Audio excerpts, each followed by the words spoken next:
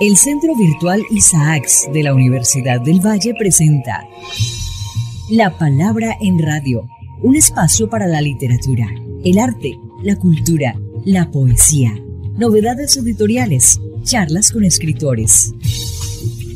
La Palabra en Radio, domingos 10 de la mañana por Univalle Estéreo. Dirige y presenta Darío Henao Restrepo. La Palabra en Radio.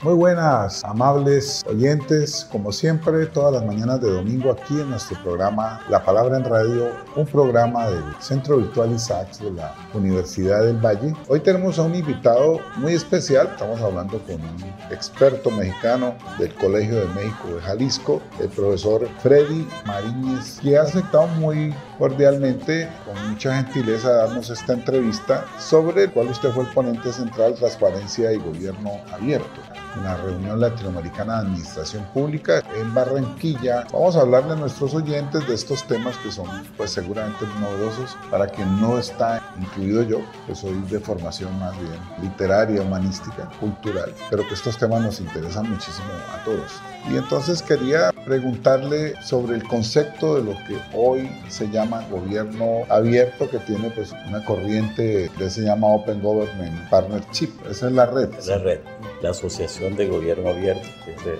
Open Government Partnership, que se formó justamente, fueron los países signatarios del inicio hace 11 años de los compromisos de gobierno abierto, dentro de los cuales pues estaba por América Latina, Brasil y México.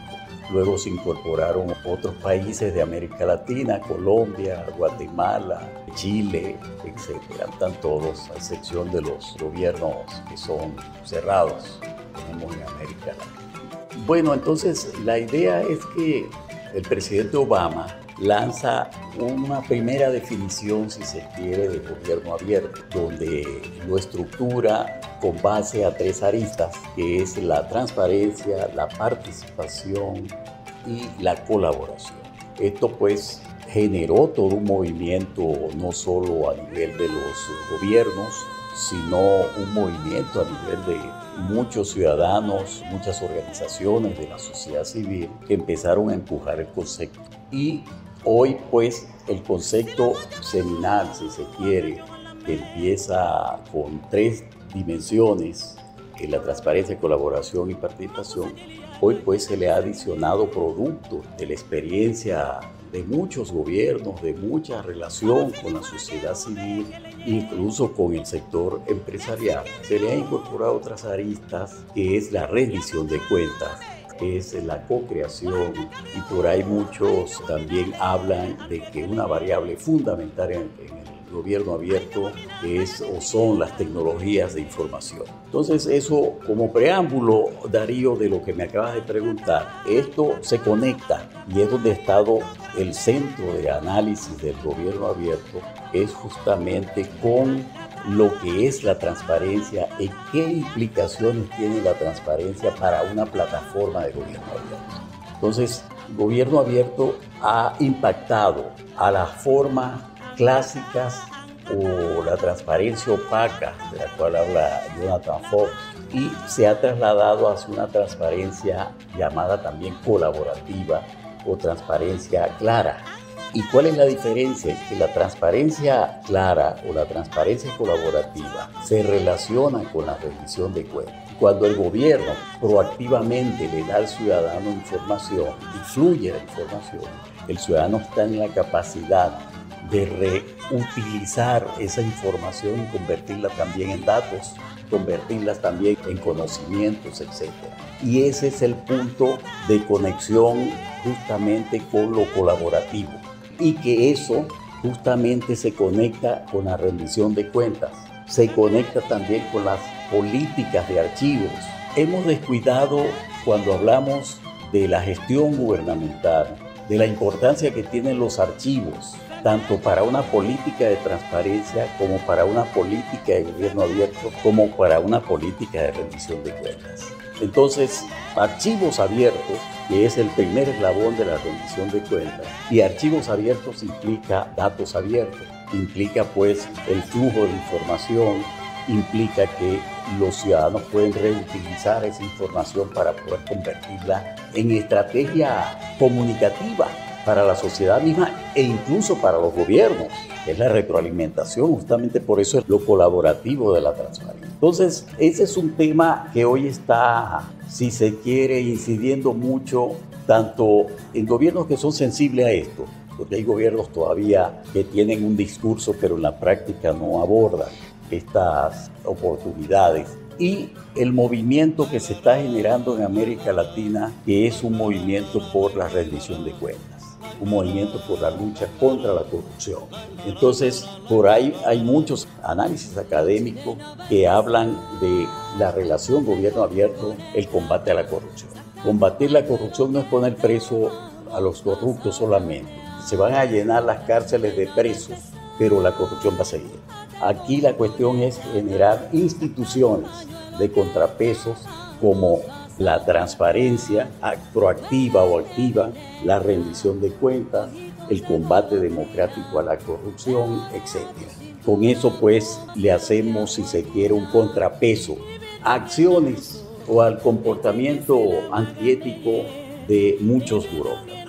Y hablábamos en la exposición suya, varios colegas, sobre la importancia de que el público se vaya también calificando, porque se trata de que el público aprenda a leer, aprenda a interpretar, pues a veces un ministerio, cualquier entidad gubernamental que coloca todas sus informaciones, sus procesos de acceso libre, como ya sucede en muchas instancias e instituciones de los estados. En esto quiero que nos expliques, pues, dijéramos, en los procesos en los que se está y lo que seguramente falta por mejorar en América Latina para que la población, la gente organizada, lo que llamamos la sociedad civil, pueda tener mucho mayor capacidad de actuar, de gerir, de dialogar o de exigir cosas a sus gobernantes. Sí, aquí hay dos avenidas, David. Hay una avenida que tiene que ver con la cultura política, que eso hay que insistir. Y lo otro es que cada día la participación pública o participación ciudadana requiere de nuevas habilidades para poder manejar datos, para poder manejar los instrumentos de la digitalización. Uno, eso. Dos, la parte también que hoy las organizaciones de la sociedad civil trabajan en redes. Y las redes son fundamentales justamente para que tanto la transparencia activa o proactiva, como la rendición de cuentas, como el combate contra la corrupción, se dé. Una organización solita por allá no. Se necesita construir redes, no sociales estilo Facebook, sino redes de trabajo. Entonces, hoy las organizaciones de la sociedad civil tienen que ser innovadoras en ese sentido. Tienen que tener o construir habilidades para poder trabajar con las tendencias tecnológicas, las tendencias que nos dejan las tecnologías de información, la digitalización. Entonces es un desafío desde la perspectiva de ir defendiendo el espacio cívico por parte de la sociedad. Creo que ese es el punto importante. Sin perder de vista que hay también construir ciudadanía. Y construir ciudadanía va a implicar una cultura política, democrática, etc.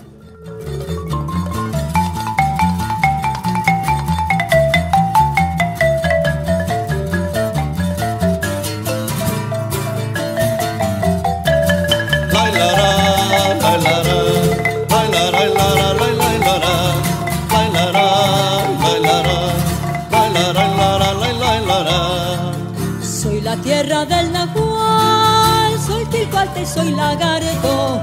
Yo soy tono de tigrillo, son soleón coloradillo. Soy la Yo entendí muy bien en algunas de las posiciones que comentaron en tu conferencia el papel que esto puede cumplir, por ejemplo, para disminuir la corrupción, pues porque la sociedad civil está pendiente, sabe, interactúa. Pero quisiera que nos dieras ejemplos de este tipo de logros, por ejemplo, en la sociedad mexicana, que está más a la mano tuya. Sí, claro. Fíjate, ahorita se están viendo muchas organizaciones que tienen, por supuesto, sistemas clásicos, tradicionales. Está emergiendo un tipo de organización o de redes organizacionales que están tocando temas, los derechos humanos, por ejemplo, ¿no? Okay. Pero también existe en México un gran movimiento por la rendición de cuentas y la fiscalización, que eso ha permitido crear redes. Hay una organización allá que se llama la Red por la Rendición de Cuentas. Está el programa institucional de rendición de cuentas, está México contra la corrupción, etc. Hay un conjunto de organizaciones que van en esa dirección.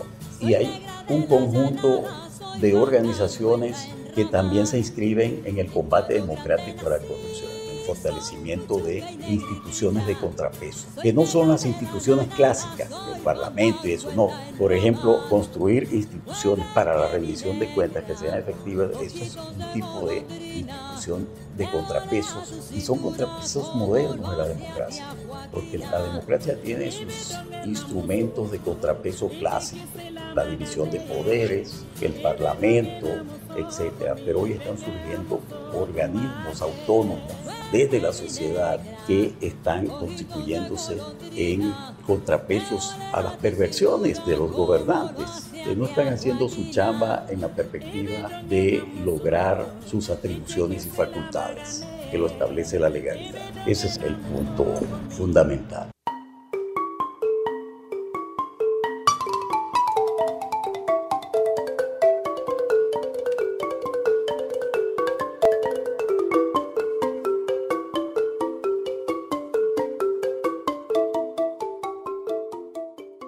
Para hablar de cosas concretas, uno oye desde acá por las informaciones que, por ejemplo, en el gobierno mexicano de López Obrador se ha ahorrado mucho dinero, se ha disminuido la corrupción, que esos dineros se han utilizado mejor, que se ha invertido. Es decir, este podría ser como una consecuencia de todos estos procesos donde hay más transparencia, donde hay más fiscalización, donde la sociedad civil interactúa más. Esa es como la pregunta que te haría. Allá hay dos discursos. O yo diría que sí, dos discursos al hablar del combate a la corrupción. Un discurso gubernamental, exclusivamente gubernamental, que es, valga la redundancia, el gobierno que tenemos, el de López Obrador. Él llega con el discurso de que la corrupción hay que barrerla de arriba hacia abajo. ¿Qué quiere decir esto? De que vamos a poner preso a todos los corruptos. Y establece una política anticorrupción muy coercitiva. Pero lo coercitivo va solamente con el régimen anterior, con los actores del régimen anterior, no de su régimen. Porque en su régimen también hay corruptos. Entonces ya eso le da un sentido muy discrecional a esa política, ¿ve? Y el otro discurso anticorrupción es el discurso que viene desde la academia, la sociedad civil, que plantea lo siguiente: hay que ver la corrupción primero con un sentido preventivo. No quiere decir eso que no se ponga preso a los corruptos, pero la prevención es fundamental. Y cuando hablamos de la prevención en la lucha anticorrupción, estamos hablando de un combate democrático a la corrupción, en el sentido de que cuando se habla de prevención estamos hablando de construir instituciones democráticas y fortalecer los organismos autónomos que se encargan pues también de impulsar el combate a la corrupción. Entonces son dos visiones, una visión coercitiva, gubernamental plenamente, y otra visión preventiva que implica fortalecimiento de las instituciones democráticas, fundamentalmente los sistemas anticorrupción, la transparencia, instituciones de transparencia, de rendición de cuentas, de fiscalización, etc. Y la participación ciudadana, por supuesto, está en el marco de todo esto, porque creemos que sin participación no podemos hacer prevención. Ese es el planteamiento que está en el marco de esta otra visión de combate a la corrupción. Sí, y lo otro que se plantea es que hay que fortalecer, dijéramos, el desarrollo proactivo de las tecnologías de la información. En México, ¿cómo estamos en la apropiación de esas tecnologías, en conectividad, en que eso llegue a las zonas más apartadas, a las nuevas grandes ciudades? Sí. ¿Cómo es la situación en México en este campo? Bueno, mira, en México, cuando el gobierno anterior al que tenemos, el gobierno de Peña Nieto, se genera una iniciativa muy interesante para combatir la corrupción. Él creó el Sistema Nacional Anticorrupción. ¿Qué quiere decir el Sistema Nacional Anticorrupción? De que actores gubernamentales y no gubernamentales conforman un sistema para prevenir, sancionar y analizar la corrupción en México. Eso va a implicar, o eso implicó, que la ciudadanía fuera actor principal. El presidente de ese sistema tenía que ser un ciudadano. Ese actor llamado ciudadano se llamaba en ese sistema anticorrupción, o se llama en ese sistema anticorrupción, el Comité de Participación Ciudadana. Y el presidente del Comité de Participación Ciudadana, por ende, era el presidente del Comité Coordinador, que ahí estaba el órgano garante de transparencia, el INAI, está la auditoría, está la Contraloría, está el Poder Administrativo, el Poder Judicial, etc. Entonces, todo ese engranaje implicaba o implica construir, hacer una política nacional anticorrupción, uno. Y dos, generar una plataforma nacional digital con el objetivo de que todas las instituciones públicas del municipio hasta a nivel federal estuvieran interconectadas, de que un corrupto en un municipio por allá por el norte o por el sur, ese corrupto sea detectado en todos los órdenes de gobierno. La interconectividad de esa plataforma nacional tecnológica. Y eso pues ha generado réplicas en este sentido. Además del Sistema Nacional Anticorrupción, existen los sistemas estatales anticorrupción. Y cada sistema estatal es una experiencia desde el punto de vista de la relación con los órganos gubernamentales, la participación ciudadana, etc. Es una experiencia interesante que este gobierno, el de López Obrador, la ha querido echar a un lado, porque el argumento es que no ha dado resultados, no ha puesto preso a nadie, Bueno, creemos más bien, yo fui presidente del Sistema Anticorrupción de Jalisco, y la cuestión, no negamos la sanción, ¿no? Pero yo creo que el eje fundamental de todo esto es la prevención por la participación ciudadana. Los ciudadanos se conviertan en vigilantes y que la única manera de detener la corrupción es conteniéndola a través de instituciones de contrapeso. Instituciones democráticas, no instituciones impuestas, ¿no? Que van surgiendo a la propia ciudadanía. Sí, y que son legitimadas incluso por muchos órganos gubernamentales. Pero lo otro es que, claro, cada vez entonces estos sistemas se vuelven como una especie de bien público porque hay acceso a ellos, porque la gente se tiene que educar y acostumbrar, que tiene hoy en día un mecanismo democrático. Sí. Allí hay un desafío, Darío, interesante. Estos sistemas apenas desde el 16 están. Es reciente. Es una institución que se está...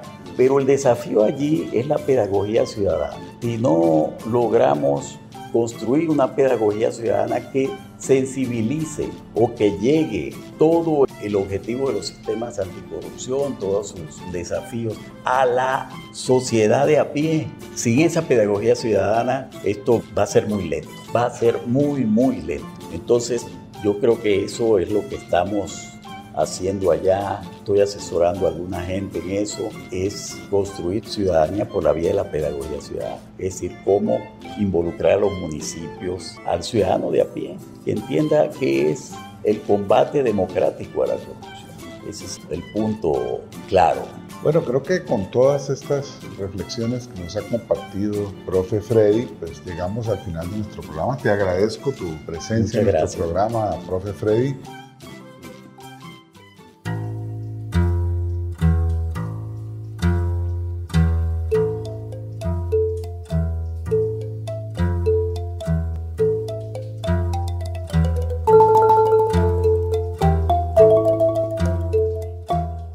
Bienvenidos a Música Negra de la Palabra en Radio. Este proyecto musical, Somos Negros de la Costa, es realizado con músicos jóvenes afromexicanos en Oaxaca. Es enfocado en la creatividad musical y en los modos de aprendizaje musicales como formas de empoderamiento dentro de la cultura política emergente de las comunidades negras o afromexicanas en Oaxaca.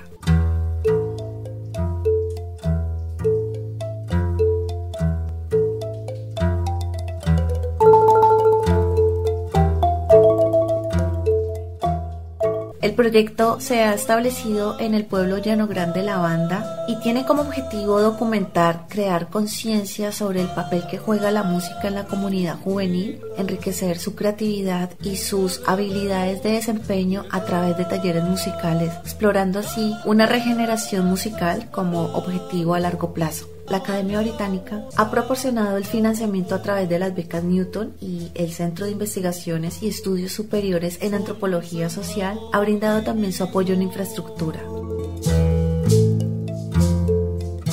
Un misionero de amor cosecharé de mi huerto tus ojos, tu corazón.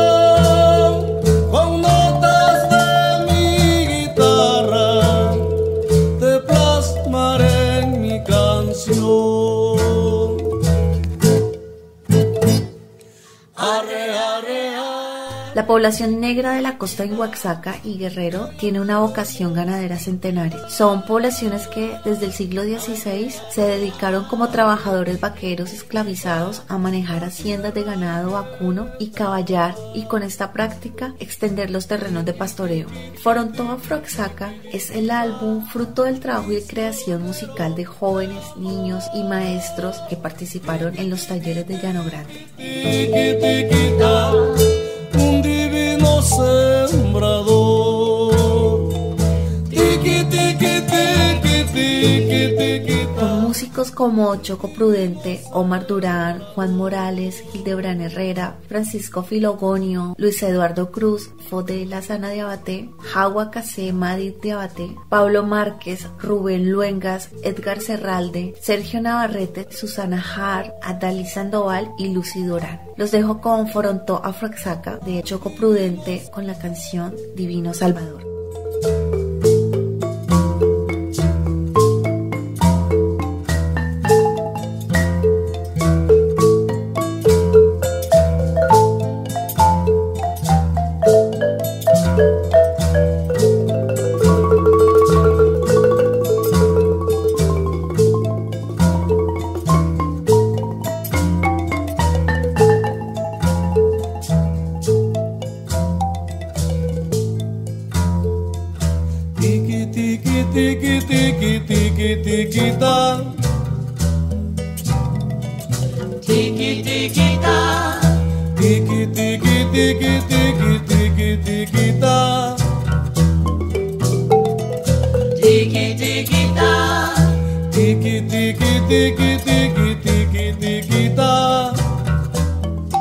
Y a ustedes, Darío Henao, quien les habla, les desea un buen resto de domingo. Agradezco a mi productora general Shirley Sáenz Mosquera. Los espero aquí la próxima semana en la 105.3 de la FM Univalle Estéreo.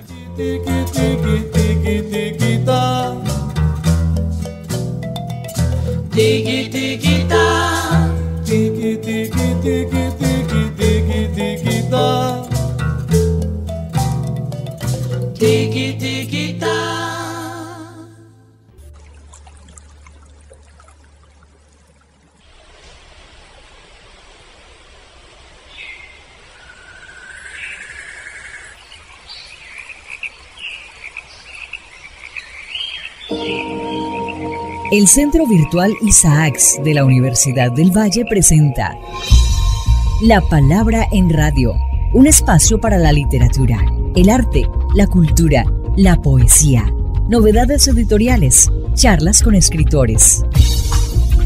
La Palabra en Radio, domingos 10 de la mañana por Univalle Estéreo. Dirige y presenta Darío Henao Restrepo. La Palabra en Radio.